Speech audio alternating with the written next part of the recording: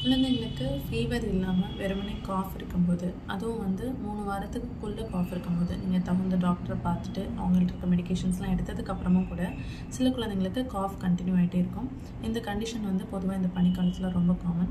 So இந்த மாதிரி cough most of the time வந்து வறட்டு இருமலாக தான் இருக்கும், ட்ரை காஃபாக தான் இருக்கும். ஸோ இதுக்கு நீங்கள் வீட்டில் பண்ணக்கூடிய ஹோம் ரெமெடிஸ் என்னென்ன அப்படின்னா, தேன் கொடுக்கலாம். இந்த டிமல்சன்ட்டுன்னு சொல்லுவோம். அவங்களோட தொண்டையில் ஒரு கோட்டிங் மாதிரி ஃபார்ம் பண்ணி இருமி இருமி வரனால இரிட்டேஷனால் வரக்கூடிய காஃபை வந்துட்டு இந்த தேன் வந்து தடுக்கிறதுக்கு ஹெல்ப் பண்ணும். ரெண்டாவது, கொஞ்சம் பெரிய குழந்தைங்களா இருக்காங்க அப்படின்னா நீங்கள் ஸ்டீம் இன்ஹலேஷன் கொடுக்கலாம். அதுவும் சூப்பர்விஷனோட கொடுங்க.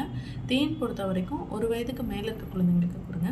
அது இல்லாமல் வார்ம் வாட்டர், வெது வெதுன்னு இருக்க தண்ணியை சிப்பை சிப்பாக குழந்தைங்க எடுக்கும்போது, அதிகமாக ஹைட்ரேட் பண்ணிக்கும் போது, குழந்தைங்க இருமும் போது அவங்கள தோளில் போட்டு தட்டி கொடுக்குறது, இல்லை அவங்க படுக்கையிலேருந்து உட்கார வைக்கிறது.